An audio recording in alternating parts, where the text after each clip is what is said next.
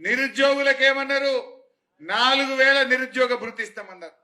మొన్న మా అనిల్ జాదవ్ ఎమ్మెల్యే గారు, మా కౌశిక్ రెడ్డి మేమందరం అసెంబ్లీలో అడిగినాం, ఏమైనా నిరుద్యోగ భృతి ఇస్తా అన్నారు, ఎప్పటి నుంచి ఇస్తారు నిరుద్యోగ భృతి అని అడిగినాం.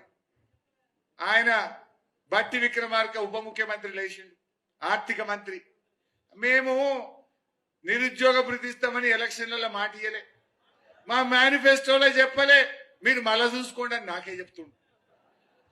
చెప్పిందా లేదా మీకు తెలుసు, చెప్పలేదా? ప్రియాంక గాంధీ చెప్పింది, రాహుల్ గాంధీతో చెప్పించిండ్రు, రేవంత్ రెడ్డి చెప్పిండు, మేనిఫెస్టో బుక్కులు కొట్టించిండ్రు. నిరుద్యోగ డిక్లరేషన్ అని చెప్పి నిరుద్యోగ యువతను ఆశలు చూపించి ఇవాళ మోసం చేసింది కాంగ్రెస్ పార్టీ.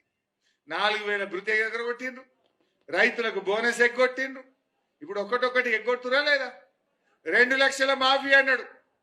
ఏమారా నాయనా నీ మాఫీ అంటే దేవుళ్ళ మీద ఓట్లు పెట్టుండు.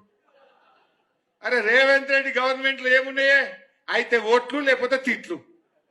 టీవీ పెడితే ఏమైనా కనబడతాయా? అయితే తిట్లు కనబడతాయి, లేకపోతే దేవుళ్ళ మీద ఓట్లు కనబడతాయి. ఒక్కడు చేసిన పని ఉన్నది. నేను చూసి ఆస్టకి వచ్చి చెప్పిన, ఊరికే ఆ దేవుళ్ళ మీద ఎందుకు పెడతావు నాయన, దేవుళ్ళు మళ్ళీ నీకు కూడా శాపం పెడతారు, ఆ దేవుళ్ళ మీద ఓట్లొద్దు. నువ్వు చెప్పిన బాండ్ పేపర్ మీద ఇచ్చిన 6 గ్యారంటీలు, 2 లక్షల రుణమాఫీ 15 ఆగస్టు వరకు నువ్వు చేయి, నేను రాజీనామా పెట్టా, లేకపోతే నువ్వు చేస్తావా అని అడిగిన. నేనేం కొత్తగా అడగలే. అవ్వ తాతలకు నువ్వు ఇస్తానా 4000 ఇయ్యి, అక్క చెల్లెలకు ఇస్తానా 2500 ఇయ్యి, రైతులకు 7500 కాడికి మా రైతు బంధు ఇయ్యి, 2 లక్షల మాఫీ చెయ్యి, నేను రాజీనామా పెడతా, మళ్ళా పోటీ కూడా చెయ్యి అని చెప్పిన.